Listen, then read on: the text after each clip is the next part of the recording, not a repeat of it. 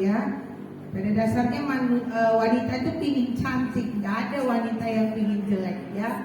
Dia ingin selalu cantik ya, sehingga kadang dia lebih memperhatikan jasmaninya daripada batinianya. Sementara Tuhan berkehendak kita itu adalah wanita yang berkarakter ilahi, yang bisa menguasai diri. Jadi Tuhan mau kita itu adalah orang yang mengenakan Kristus, mengenakan pakaian Kristus, sehingga orang bisa lihat kita itu ada Kristus dalam kita. Jadi bukan penampilan secara jasmani, tetapi bukan berarti kita itu tidak memperhatikan penampilan kita. Kita juga harus memperhatikan penampilan kita, istilahnya wajah kita. Tentu kita juga harus kasih bedak sedikit ya. Terus misalnya gigi kita harus kita gosok supaya putih cemerlang ya kan. Badan kita harus kita kasih parfum supaya wangi, sehingga kita lebih fresh dekat dengan suami. Jadi memang itu harus balance juga. Jadi tidak hanya memperhatikan karakter secara ilahi, jasmaninya juga kita perhatikan juga ya. Tetapi jangan lebih dominan kepada jasmaninya daripada rohaninya. Yang pertama yang saya mau berikan kepada kita semua, apakah yang dimaksud dengan karakter ilahi? Jadi wanita yang berkarakter ilahi itu wanita yang memiliki ada beberapa poin. Dia memiliki kasih, dia memiliki sukacita, dia memiliki damai sejahtera, dia memiliki kesabaran, dia memiliki kemurahan, dia memiliki kebaikan, dia memiliki kesetiaan, dia memiliki kelemah lembutan, dan juga penguasaan diri. Nah, jadi itulah karakter ilahi yang harus kita miliki. Yang pertama itu tadi kasih. Jadi wanita itu harus memiliki kasih. Jadi sekalipun kita diperhadapkan dengan orang yang berbuat salah kepada kita, kita harus memiliki kasih untuk mengampuni ya. Sering kadang kita anggap dia kawan, ternyata dia musuh dalam selimut. Bagaimana sikap hati kita? Kita harus tetap mengampuni dia.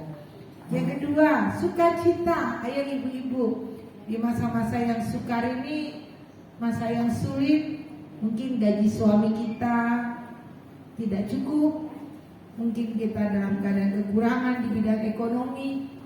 Bagaimana sukacita kita? Kalau kita sudah menerima Tuhan Yesus sebagai Tuhan dan Juru Selamat kita secara pribadi, sukacita Allah itu harus lebih besar dari uang, dari harta, dan segala yang ada di dunia ini. Sehingga walaupun mungkin kita diperhadapkan dalam keadaan yang kurang, sukacita itu tetap ada di dalam wajah kita. Amin. Saya selalu tidak pernah tunjukkan kepada orang lain saya dalam keadaannya tidak ada uang. Saya tetap senyum sukacita, padahal saya kekurangan. Saya tahu Tuhan kita itu baik, Dia akan menyediakan apa yang kita butuhkan. Jadi jangan sukacita kita berkurang. Kenapa? Kalau kita suka cemberut, kita suka wajahnya nggak bersinar, nanti lama-lama wajah kita itu nggak sesuai dengan umur kita. Umur kita misalnya masih 35, tapi orang melihat wajah kita seperti umur udah 60 tahun. Kenapa? Karena suka cemberut, ya, tidak smile, sehingga keriput-keriput itu selalu meliputi wajah kita. Tapi kalau kita selalu sukacita, sekalipun kita tidak pakai, senyum kita jadi kurang ya. Walaupun gaji suami kita kurang, senyum kita tetap full 100%. Amin. Ibu-ibu yang cantik. Jadi jangan karena keadaan ekonomi, permasalahan yang ada, sukacita kita berkurang. Yang ketiga, damai sejahtera. Damai sejahtera ini berbicara itu adalah Tuhan sendiri. Jadi kalau ada yang tidak membuat damai sejahtera, berarti ada sesuatu yang di dalamnya tidak baik. Jadi kalau itu merupakan satu dosa, ya cepat-cepat diselesaikan supaya damai sejahtera itu terpelihara sempurna. Jadi ibu-ibu kalau misalnya sama suaminya lagi nggak enak, ya katakan aja. aku nggak suka loh dengan caramu supaya hatimu tetap damai sejahtera. Jangan kamu simpan menjadi satu kepahitan. Akhirnya kepahitan itu membuat luka-luka batin. Nah, jadi nggak ada damai sejahtera. Kalau nengok suami rasanya enek gitu ya. Nah, nengok anak enek gitu ya. Jadi kita mari belajar BTL, batak tembak langsung. Ya, jadi nyatakan kepada suami, kamu kok kayak gitu. Saya gitu loh. Saya terus terang, kadang saking keterus terangan saya, karena suami saya gondok nengok saya. Kenapa? Aku nggak mau simpan-simpan di hatiku. Kalau aku senang, aku bilang senang. Kalau enggak gitu. Mau dia terima atau tidak, itu urusan dia. Ya, yang penting damai sejahtera itu ada di hati kita. Amin. Nah, saya begitu. Waktu hari ulang tahun saya, ya tanggal 23 itu, kita kan ulang tahun itu sukacita ya. Aku di situ sedih sekali karena aku terus terang di situ. Di saat aku terus terang, aku dimarahi dia, tetapi aku bilang hatiku damai sejahtera. Kenapa? Karena gak aku simpan unek-unek yang di hatiku tuh. Kalau dia gak terima, itu urusan dia. Yang penting damai sejahtera Allah itu terpelihara di hati kita. Jadi kita gak hidup di dalam kepahitan. Amin. Akhirnya malamnya dia menyesal. Maaf ya, aku tadi kasar sama kamu. Kenapa? Karena dirasakannya, ya istriku terus terang, kok aku marah-marah dia. Lebih bagus aku terus terang daripada terus terang sama orang lain, ya kan? Oke. Yang keempat itu kesabaran. Kita wanita ini harus sabar, gak ada putus-putusnya. Jadi kesabaran kita itu gak boleh setengah-setengah, harus sampai akhir. Kesabaran kita mendidik anak kita, kesabaran kita jadi istri, kesabaran kita melakukan pekerjaan. Saya sering sekali di dalam melakukan pekerjaan saya itu ada tantangan, ya. Tantangannya itu bukannya yang sesuatu yang sedikit gitu ya. Kadang diperhatikan saya harus sepertinya masalah sertifikasi itu harus hilang sekian puluh juta. Kalau secara manusia kan udah emosi ya, mau rasanya mukul dia yang bagian operator itu. Rasanya emangnya lu siapa? Tapi kita di dalam Tuhan diberikan kesabaran. Saya bisa diam loh dengan menghadapi manusia-manusia seperti itu. Kenapa? Karena ada Roh Kudus, sabar ya. Jadi saya sabar, saya di kamar berdoa, nangis ya. Makanya saya senang dengan TikTok lagu rohani. Kadang di dalam ketidakenakan hati saya nyanyi-nyanyi sama Tuhan. Akhirnya waktu saya nyanyi-nyanyi sama Tuhan, itu ada power yang Tuhan kasih sehingga sukacita itu kembali ada gitu. Sehingga pikiranku gak lagi ke masalah itu gitu. Jadi pikiran saya itu jadi kembali kepada Tuhan. Akhirnya bisa mengucap syukur karena nyanyi-nyanyi tadi. Coba aku melamun di kamar, fokus sama masalah itu, rasanya kesabaran itu jadi ganti dengan emosi. Jadi mari ibu-ibu, dikala kita dapat satu masalah, bagus kita duduk diam sama Tuhan, nyanyi-nyanyi. Akhirnya masalah itu berubah jadi kesabaran. Amin. Akhirnya diselesaikan Tuhan juga. Tanpa saya sadari, Tuhan kasih pertolongannya. Ada jalannya. Akhirnya dia membuat saya tidak mendapatkan sertifikasi. Gak bisa. Dibuat Tuhan ada jalan. Jadi ku dapat sertifikasinya. Nah, itulah buah dari kesabaran itu mendatangkan berkat ya. Coba kalau aku emosi di situ, aku tumbuk dia, aku pukul dia, aku caci maki dia, wah mungkin udah gak jadi teladan kita, ya.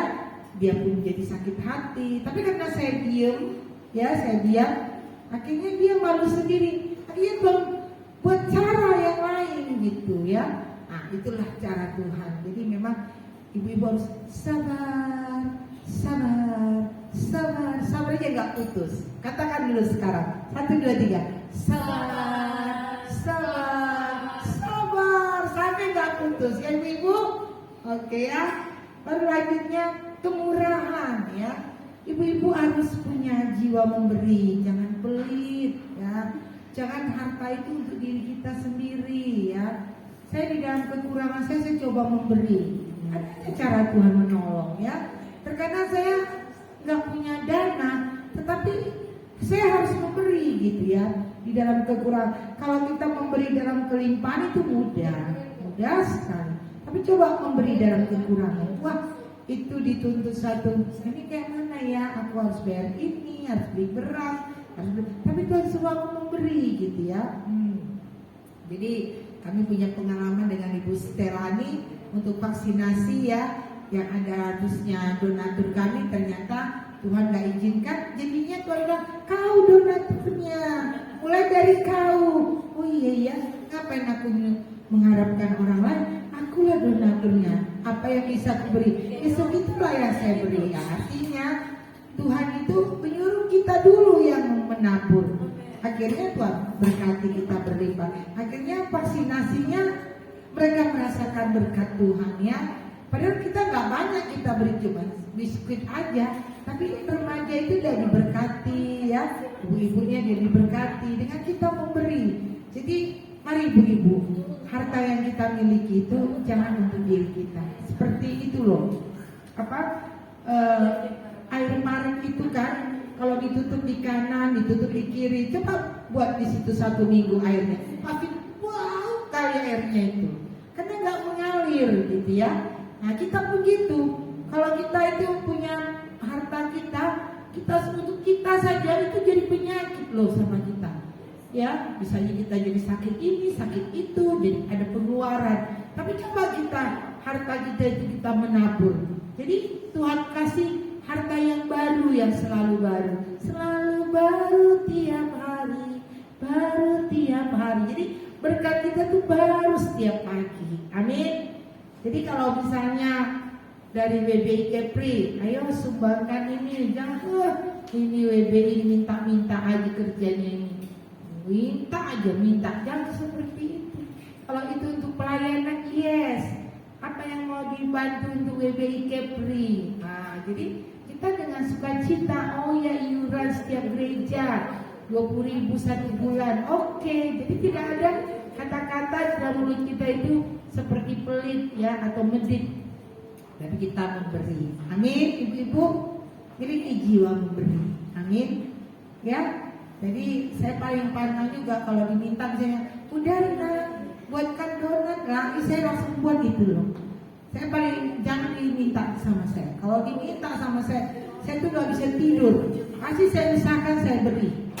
Ya, kalau ada ibu-ibu misalnya, Bu, aku pingin lihat tasmu misalnya kan, saya kasih tuh. Kalau saya punya 3, saya kasih dia 1. Nggak makin kekurangan kan. Jadi mari kita ibu-ibu, apa yang bisa kita beri untuk sesama kita ya, terutama doa-doa kita ya. Oke. Yang keempat, kebaikan. Ibu-ibu kita harus berbuat baik ya. Seumur hidup kita harus berbuat baik ya. Orang boleh jahat sama kita nggak boleh ya. Kita harus buat baik ya. Karena Tuhan kita baik ya. Jadi kebaikan kita itu harus boleh dinikmati oleh orang lain. Selanjutnya kesetiaan. Setia kita di dalam hak hidup kita, setia dalam melayani ya, setia dengan pasangan kita, setia dengan doa-doa kita, setia dengan apa yang Tuhan mau dalam hidup kita ya. Terus kelemah lembutan. Ayo ibu-ibu, saya ini dulu ingat sekali waktu saya SMA, saya itu orangnya tidak begitu lemah lembut. Saya dulu enggak ya, karena saya orangnya, saya sampai dibilang saya itu kutu buku, saya kerja saya baca buku gitu ya. Jadi saya tuh orangnya dulu tuh agak sedikit egois gitu ya, lebih terpaku pada diri sendiri sehingga cuek, jadi gampang tersinggung, jadi gampang naik panik juga. Tapi setelah kita terima Yesus berubah gitu ya. Jadi ada kelemah lembutan. Jadi ibu-ibu, mari kita lemah lembut, menjawab telepon, jangan shalom, jangan gitu. Shalom, apa kabarnya? Jadi lemah lembut. Nah, menjawab orang juga, bisa di pasar. Ini berapa Bu? Sayurnya berapa ini sayurnya? Itu orang kasar gitu. Tapi coba kita lemah lembut. Ini berapa satenya ya? Jadi saya pernah punya pengalaman, saya pergi ke Mustafa. Saya makan di sana kan, saya dipandangi dengan ibu-ibu yang pakai jilbab. Ini kenapa ibu pandang-pandangi saya? Saya kira digrogi, padahal yang mandang itu ibu, bukan bapak. Iya, ibu itu kok lemah lembut sekali ya, enak sekali ngomongnya katanya. Padahal aku cuma bilang terima kasih bu, Tuhan Yesus berkati. Aku bilang Tuhan Yesus, padahal dia Islam. Terima kasih Pak. Jadi kita bukan kita menggoda tukang jualannya, tetapi memang harus seperti itu. Kita lemah lembut. Setiap kita misalnya membeli terima kasih. Kalau sama anak kita minta tolong, sama suami kita terima kasih sayang. Dan telepon juga salam. Jadi nada kita itu tidak lagi do tinggi, tapi nada kita do rendah. Jangan tinggi. Kau mau kemana kau? Jangan seperti itu. Mau kemana kau sayang? Kan beda kan? Mau kemana kau? Itu lebih kasar. Tuhan mau kita lemah lembut. Amin. Amin. Bukan lembut apa ya, tapi lemah lembut. Nada-nada kita itu lebih enak didengar gitu ya. Jadi suami kita lihat, wah istriku ini luar biasa. Ya. Jadi kalau dulu saya agak cerewet orangnya ya, tapi sekarang saya udah kurang. Kenapa? Saya pikir yang cerewet itu dikurangi, karena nggak ada gunanya. Kalau saya nggak kurang setuju, saya tuh pilih diam sekarang. Kalau dulu, ikut menjawab. Kalau sekarang enggak. Kalau saya kurang setuju dengan suami saya diam masuk kamar. Itu tandanya saya sudah diam, itu udah marah. Tapi saya enggak melampiaskan marah saya. Saya seperti itu sekarang. Dan akhirnya dengan saya diam itu dia sadar sendiri gitu ya. Jadi nggak perlu dijawab-jawab suami, karena suami ini kalau makin dijawab-jawab, makin doanya dia itu tinggi naik dan terjadi perang ya. Jadi cara mengatasi suami yang lagi marah, kita diam aja, ambil balik kanan gerak, kita pergi ke kamar, kita tenangkan hati ya, tarik nafas, ya hidupkan aja lagu TikTok yang lagu rohani sehingga hati kita kembali adem ya kan. Sehingga waktu 2 jam, 3 jam kemudian dia masuk ke kamar, wajah kita udah senyum, smile, udah lupa yang marah tadi. Haleluya. Oke. Saat terakhir penguasaan diri. Ibu-ibu kita memang harus menguasai diri hari-hari ini. Jadi bagaimana kita penguasaan diri, tidak gampang marah ya. Menanggapi masalah harus dengan positif, jangan dengan yang negatif ya. Saya punya pengalaman. Saya tidak menyangka ya, maksudnya saya itu dijolimin gitu ya. Saya tulus-tulus aja ya. Jadi memang orang tulus ini sering dijolimin, tapi aku terus percaya Tuhan bela kita gitu ya. Sampai yang aneh-aneh gitu dilaporkan. Tapi kalau kita di pihak yang benar, kita nggak perlu cari pembenaran, tidak perlu cari pembelaan, nanti Tuhan sendiri yang bela kita. Jadi ibu-ibu harus kita menguasai diri dari semua emosi. Ya, mari katakan, aku nggak mau marah lagi. Ayo ibu-ibu, aku nggak mau marah lagi.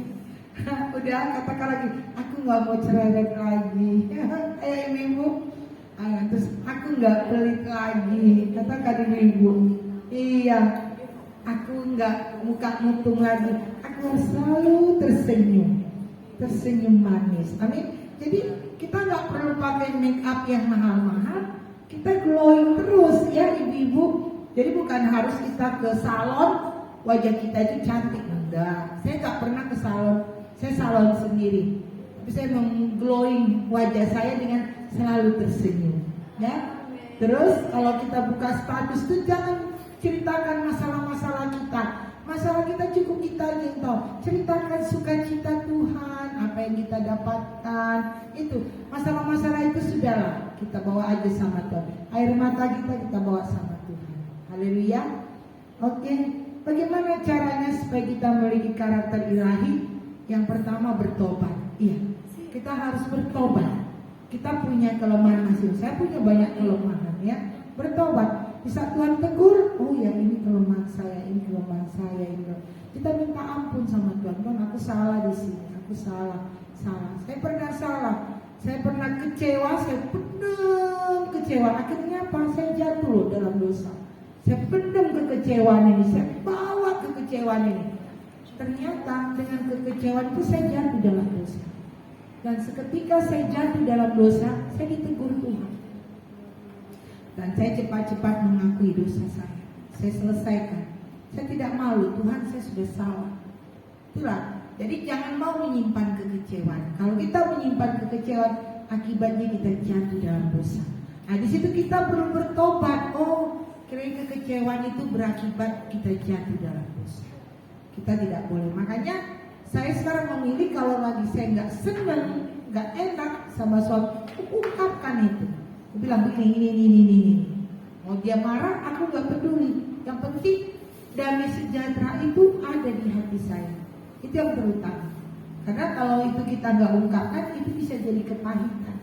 Kepahitan itu akar dari segala jatuh dalam dosa. Ya. Yang kedua, jadi kita bertobat. Ya. Yang kedua, kita memiliki hubungan yang intim dengan Tuhan. Mari ibu-ibu, saya pagi-pagi jam 4, karena jam 3 kayak semalam, saya jam 2 udah bangun. Saya pun bingung kenapa ya. Saya jam 2 pagi udah bangun. Jam 2 saya sudah baca firman. Saya udah bagi share firman. Dan ke WBI saya bagi itu sekitar kadang setengah 6. Saya sudah jam 2 sudah bangun. Saya pun gak tahu. Terus saya kalau gak bisa tidur, saya langsung doa, nyanyi. Ya, saya merenungkan firman Tuhan. Ya, saya dapatkan yang semalam itu mengenai kita ini gak dibuang Tuhan. Tuhan itu menerima kita apa adanya. Jadi kalau manusia tidak menerima kita, ternyata Tuhan itu gak pernah membuang kita. Manusia pernah membuang kita loh. Kita tidak dihargai, tetapi Tuhan gak pernah. Luar biasa baiknya Tuhan itu. Saya tersentuh dengan renungan saya tadi pagi, bahwasanya setiap kita itu diterima Tuhan apa adanya. Itulah baiknya. Nah itulah, di saat saya merenungkan firman Tuhan itu saya diberkati. Saya minta ampun, oh Tuhan, kalau begini-begini saya mengaku. Jadi kita harus ada hubungan intim dengan Tuhan, sehingga kita terpelihara hati kita, ya. Terus yang ketiga, punya kerelaan untuk ditegur. Nah, jadi kita juga rela. Saya siap ditegur. Kadang teman-teman saya se-WBI tegur saya terima. Ibu maunya seperti ini. Oh iya, karena kadang kita nggak tahu. Orang lain lihat kita sudah salah, kita nggak tahu kadang salah. Jadi di saat kita ditegur, kita harus terima. Itu satu teguran dari Tuhan untuk memperbaiki kita. Jadi kita tidak gampang tersinggung sama orang lain. Amin. Kita boleh menerima teguran itu sebagai pertobatan kita. Ya, mau anak kita pun menegur kita, kita harus terima. Misalnya, mama ini cerewet kali pun, misalnya gitu kan, kita harus terima. Jangan diam mulutmu. Nah itu kita enggak jadi ibu yang baik, tapi kita bilang, oh makasih ya nak, kau dan nasihati mama ya. Yalah mama gak cerewet lagi. Itu ibu yang luar biasa, ibu yang rendah hati. Ya, jadinya kalau anak kita bilang mama ini kurangilah cerewetnya. Oh iya mama cerewet ya. Iya ya, mama bertobatlah gak cerewet lagi. Boleh ibu? Kalau anak kita yang tegur kita bagaimana siap? Apalagi suami kita ya. Oke. Itu yang ke C ya. Yang ke D, memiliki komunitas yang baik. Nah, jadi mari ibu-ibu kita pilih komunitas yang baik ya. WBI Kepri ini komunitas yang baik. Kenapa saya katakan yang baik? Saya di dalamnya loh udah berapa tahun. Udah ada saya rasa saya 12 tahun saya berkecimpung di WBI Korda Kepri. Saya alami sekali ya. Saya senang sekali. Walaupun memang ada kekurangannya, tetapi saya lihat di sini hal rohaninya lebih banyak. Jadi saya mencintai piu-piu. Amin. Ibu-ibu bagaimana WBI Kepri? Piu-piu. Iya ya. Kita harus alamiu. Jangan biarkan kami sendiri di sini. Ikutlah bersama dengan kami untuk bersama-sama kita melayani Tuhan. Amin. Banyak ibu-ibu gembala, ayo bu gabung jadi pengurus. Enggak lah, enggak bisa lah. Coba kita semua berkata enggak bisa. Mau dikemanakan WBI Kepri? Ya, saya ini akan semakin tua, ya kan? Perlu ada regenerasi yang melanjutkan pelayanan ini. Mari ibu-ibu yang masih muda itu telah terlibat di dalamnya. Sehingga waktu nanti Tuhan percayakan untuk pergantian, ibu-ibu yang dipilih gantikan saya. Jadi ada regenerasi yang Tuhan siapkan. Amin. Kita pilih komunitas yang baik. Jadi WBI GBI Kepri Batam ini sungguh wadah yang baik. baik, kita semakin mengenal Tuhan. Amin.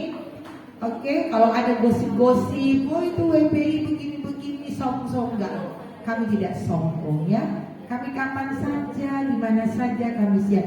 Bu, doakan kami siap ya. Jangan menerima gosip-gosip yang tidak baik itu. Ya, kami pengurus-pengurus ini penuh dengan kasih, lemah lembut, suka memberi dan baik hati ya. Jadi kalau ada gosip-gosip WPI begini itu bohong semua ya. Coba jumpai kami. Kalau Bu Dharma datang dong ke rumah saya sakit, saya akan datang. Walaupun itu badai saya tempuh demi ibu-ibu terkasih. Telepon saya, ada nomor telepon saya. Bu, datang dulu kemari. Gak usah dibayar, saya akan datang. Saya akan doakan ibu-ibu. Demikian juga Bu Stella juga, Bu Marsiam juga telepon. Bu Marsiam tolong datang, aku sakit. Pasti Bu Marsiam akan segera datang mendoakan. Jadi kami semuanya punya hati rela melayani tanpa ada embel-embel. Tapi kalau ada pisang goreng, ada ubi, ya nggak apa-apa lah, kasih lokal atau indomie goreng, nggak apa-apa. Tapi nggak usah dikasih kami uang. Kami datang untuk mendoakan ibu-ibu. Amin. Misalnya punya masalah rumah tangga, punya apa, panggil kami siap. Kami rela datang. Gimana? Nggak usah ibu yang datang, kami yang datang ke rumah ibu. Jadi kalau ada gosip-gosip, itu WPI itu sombong, eksklusif, kami enggak. Kami semuanya orang-orang yang sederhana.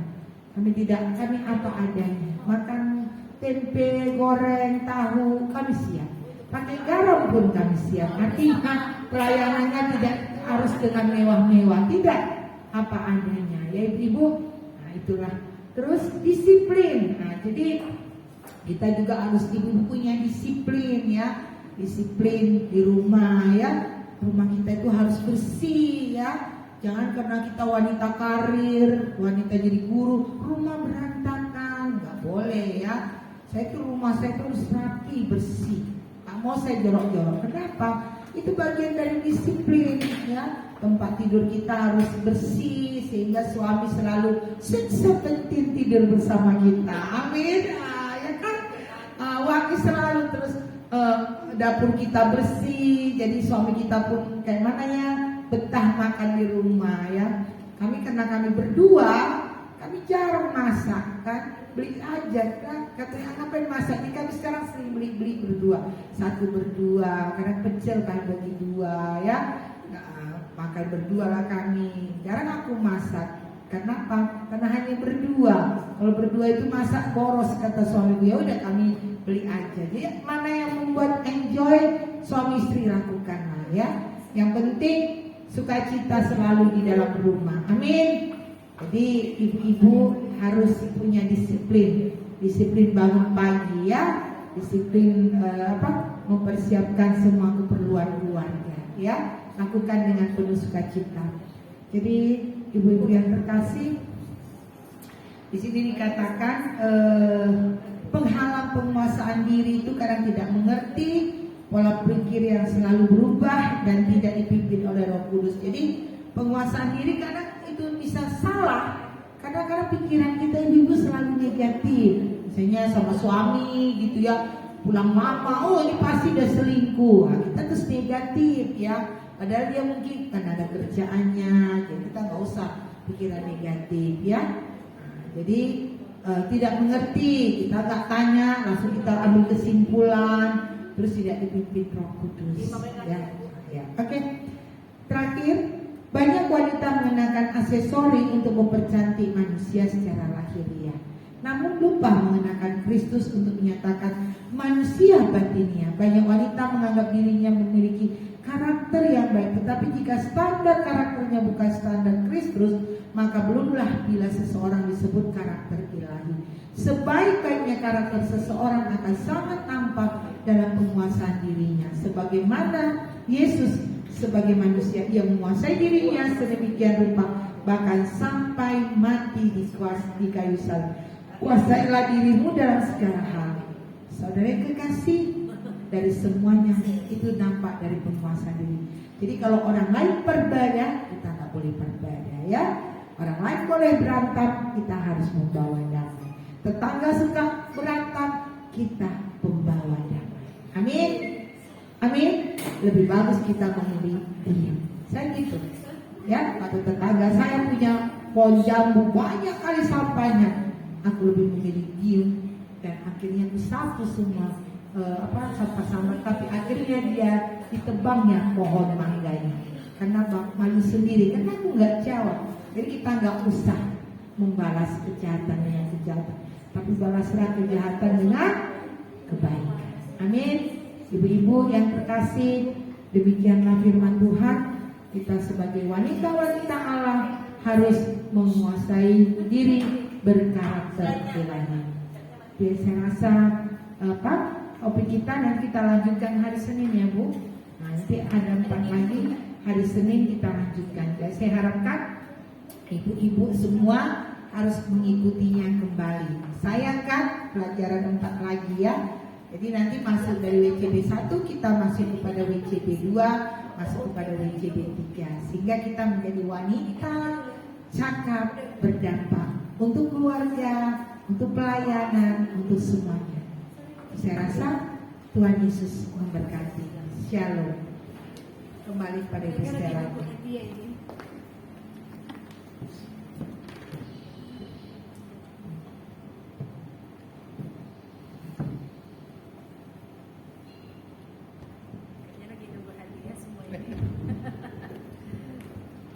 Suara Mas ya. Lihatkan siapa yang duluan. Bisa? Gimana bisa tengok? Ibu lihat ya. Ini punya Bu Danang. Matikan aja. Ibu-ibu masih pantengin semua ya. Kita mau game.